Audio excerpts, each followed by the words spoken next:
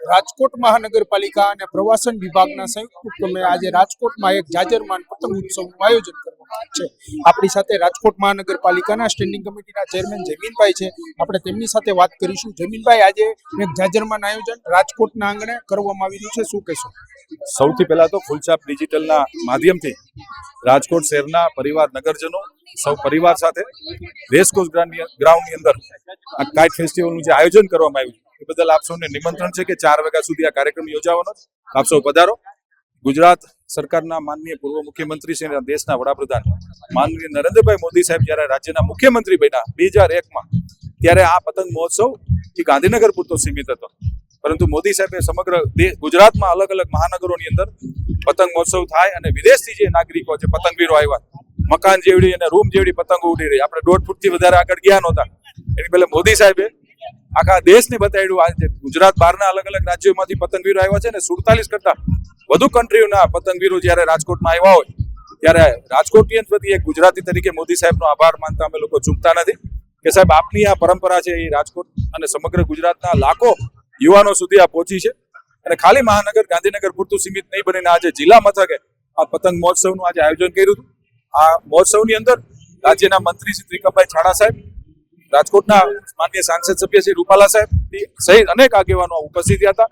આપના માધ્યમથી ફરી વખત રાજકોટના નગરજનોને મારું નિમંત્રણ કે ખૂબ લોકો આવો અને 4 વાગ્યા સુધી આ પતંગ મહોત્સવનું આયોજન કર્યું છે રાજકોટ મહાનગરપાલિકા, તો આપ આવો. ધન્યવાદ. રાજકોટમાં આજે આંતરરાષ્ટ્રીય પતંગ મહોત્સવ સાંજે 4 વાગ્યા સુધી કહી શકાય કે આ આયોજન થવાનું છે. રાજકોટ મહાનગરપાલિકા વતી રાજકોટની જનતાને અહીંયા ઉમટી પડવા માટે આમંત્રણ આપવામાં આવ્યું છે. રાજકોટ મ્યુનિસિપલ કોર્પોરેશન અને ગુજરાત પ્રવાસન નિગમના માધ્યમથી આંતરરાષ્ટ્રીય પતંગોત્સવ 2026નો પ્રારંભ અમારા રાજકોટના પ્રભારી મંત્રી શ્રી ત્રિકમભાઈ છાંગાની ઉપસ્થિતિમાં એને ખુલ્લો મૂકવામાં આવ્યો છે. ખૂબ ઉત્સાહપૂર્ણ માહોલમાં રાજકોટના નાગરિકો ખૂબ વિશાળ સંખ્યામાં આમાં જોડાઈ રહ્યા છે.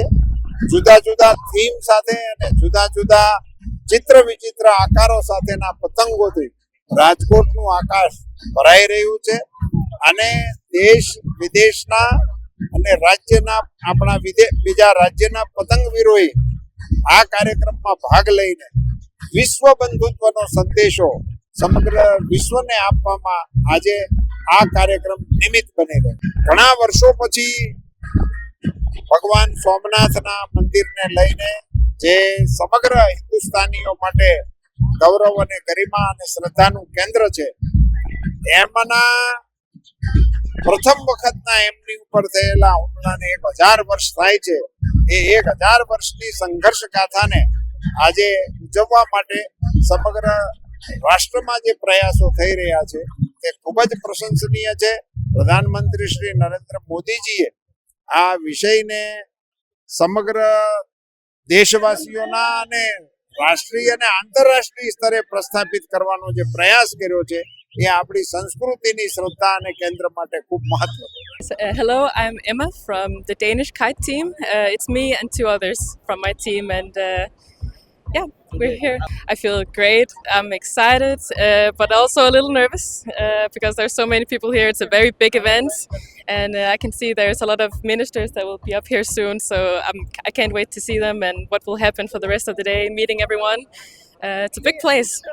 Our kites, we brought very different kites so we can handle all types of weather. We have light wind kites that can handle very low wind like it is right now, and then we have a 30-meter kite that can handle strong winds in the desert perhaps. We might go there in a few days to fly. Yeah, first time in this city, yes, but I've been to Gujarat 2 times before. Very, very much. I'm stunned, amazed, shocked every time by how well received we are.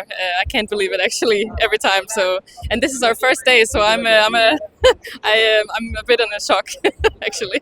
Yeah, you're very well welcome. I like being here. I love to stay here and be here for many more years. Come back at least, yeah. Chauhan સાથે Phulchhab digital Rajkot.